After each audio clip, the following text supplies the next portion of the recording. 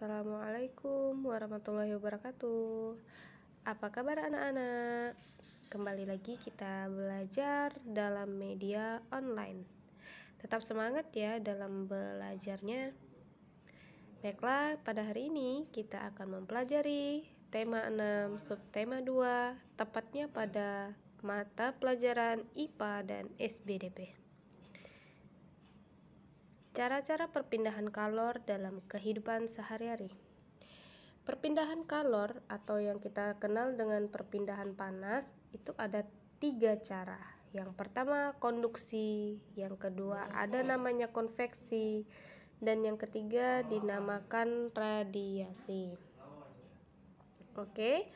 Nah, pada pertemuan sebelumnya Ustazah sudah mengenalkan proses ataupun peristiwa satu gelas air panas yang di dalamnya diletakkan sendok yang berbahan besi.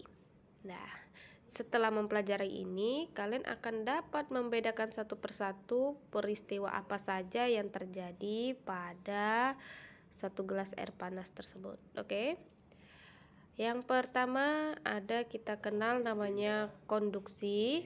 Konduksi merupakan perpindahan kalor tanpa disertai perpindahan zat perantara.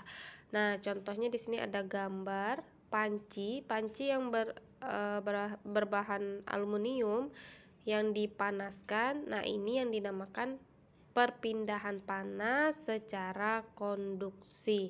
Jika kita pegang panci ini akan langsung terasa panas.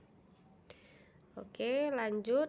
Pada peristiwa yang kedua yang dinamakan konveksi, ya, konveksi merupakan perpindahan kalor atau panas yang melalui perantara, di mana zat perantaranya ikut berpindah, ya. Nah, contohnya tadi seperti panci yang dipanaskan itu dinamakan konduksi. Yang di dalam panci contohnya adalah air, jadi air ikut juga menjadi panas. Nah, ini yang dinamakan peristiwa konveksi. Oke, kita lanjut ya. Dan peristiwa yang ketiga itu dinamakan radiasi. Radiasi merupakan perpindahan kalor tanpa melalui perantara. Contoh kita dalam menghangatkan tubuh pada saat berkemah kita menggunakan api unggun.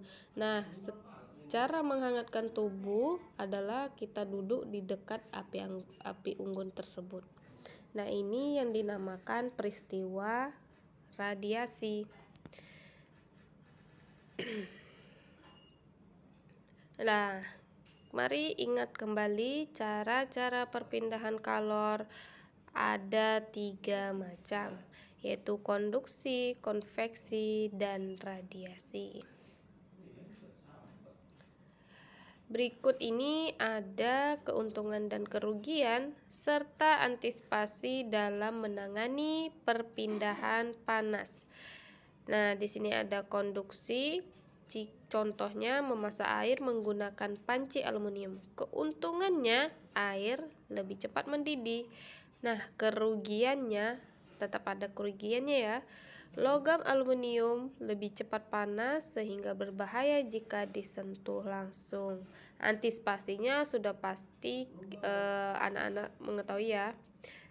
Agar tidak terkena langsung panas pada panci, kita memegangnya dengan gagang yang dilapisi bahan-bahan plastik atau isolator atau dengan bahan kain. Nah, ada perpindahan kalor konveksi. Keuntungannya, ya, contoh peristiwanya terlebih dahulu. Adanya aliran air saat air mendidih. Keuntungannya, air lebih cepat panas karena aliran air yang panas berasal dari dasar wadah menyebar ke seluruh bagian wadah. Kerugiannya, kita terkena letupan uap air yang mendidih sehingga sangat berbahaya jika terkena tubuh kita. Antisipasinya menggunakan panci yang tertutup jika kita ingin memasak air. Dan yang ketiga, ada peristiwa perpindahan kalor secara radiasi. Keuntungannya tubuh terasa hangat saat terkena sinar matahari atau paparan dari api. Kerugiannya, jika kondisi matahari sedang terik, kita akan merasa kepanasan hingga kepala kita menjadi pusing. Antisipasinya, menggunakan payung atau topi untuk melindungi tubuh dari terkena sinar matahari secara langsung. Bagaimana kita mengantisipasi jika kita menghangatkan tubuh menggunakan api unggun? Ya, dengan menggunakan jaket dan sarung tangan. Oke, inilah pembelajaran IPA kita. Lanjut pada pembelajaran SBDP, pola lantai dalam tarian daerah. Pola lantai merupakan garis yang membentuk formasi penari saat melakukan gerak tari. Ada dua pola dasar dalam pola lantai. Yang pertama, pola lantai lurus, dan yang kedua, pola lantai lengkung. Nah,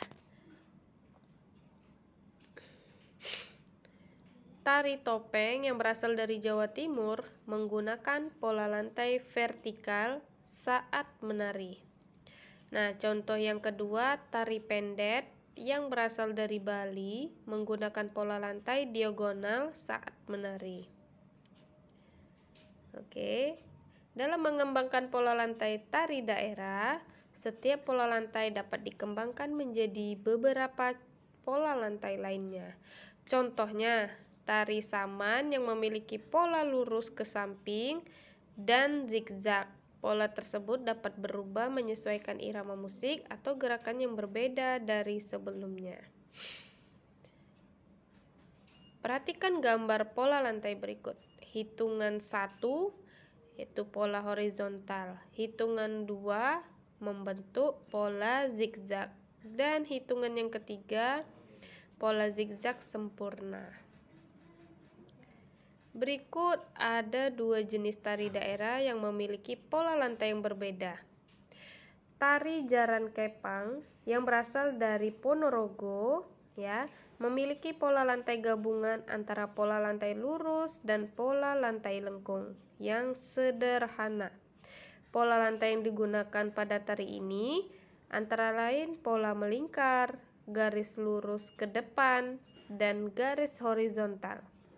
Pola lantai pada tari Jaran Kepang memiliki makna tertentu. Pola lantai dibuat untuk formasi penari.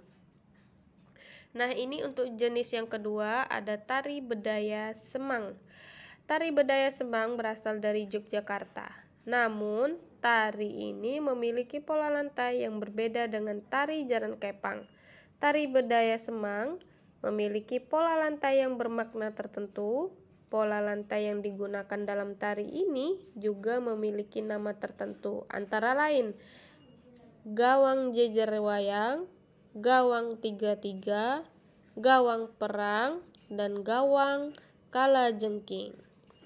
Nah, cukup sekian pembelajaran kita hari ini. Terima kasih, semoga dapat dipahami oleh anak-anak semua. Assalamualaikum warahmatullahi wabarakatuh.